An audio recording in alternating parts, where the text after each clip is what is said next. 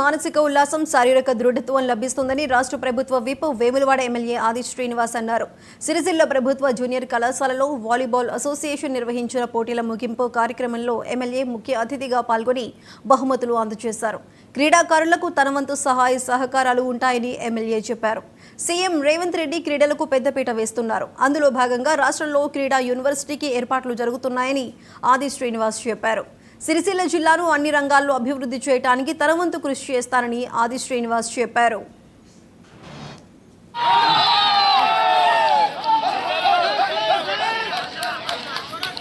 గ్రామీణ స్థాయి క్రీడలు అనగానే వాలీబాల్, కబడ్డీ, ఖోఖో లాంటి ఆటల పోటీలు మనకు బాగా గుర్తుకు రావడం, ఆ వాటిలో చాలామంది గ్రామీణ ప్రాంతంలో ఉన్నటువంటి క్రీడాకారులు ఈ ఆటల పట్ల మక్కువ చూపి ఈ ఆటలలో ప్రావీణ్యం సాధించి మన జిల్లాలో, రాజన్న సిరిసిల్ల జిల్లాలో ఇంతకుముందు ఉమ్మడి కరీంనగర్ జిల్లాకు సంబంధించి కబడ్డీ, అదేవిధంగా వాలీబాల్ ఆటలు ఎక్కడ జరిగినా మొదటి, ద్వితీయ ప్రైజ్ రెండు కూడా మన ప్రాంతానికే ఎక్కువగా వచ్చే విధంగా క్రీడాకారులు ఉన్నటువంటిది.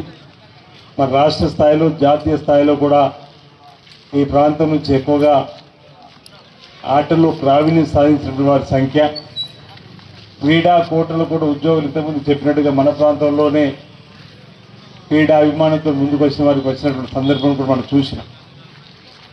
నేను 86లో నా చదువు అయిపోయి నేను మా గ్రామం రుద్రంగా వచ్చినప్పుడు వాలీబాల్ పోటీలు ఎక్కువగా అక్కడ ఆడేటివి. రుద్రంగిలో వాలీబాల్ జిల్లాలో, ఉమ్మడి జిల్లాలో ఎక్కడ ఆడినా మొదటి ప్రైజ్, రెండో ప్రైజ్. కబడ్డీలో అదే నూకల మర్రి, మూడపల్లి, సౌండ్లు ఇలాంటి వాళ్ళు మొదటి ప్రైజ్, సెకండ్ ప్రైజ్ తెచ్చుకునే వాళ్ళు మా ప్రాంతంలో.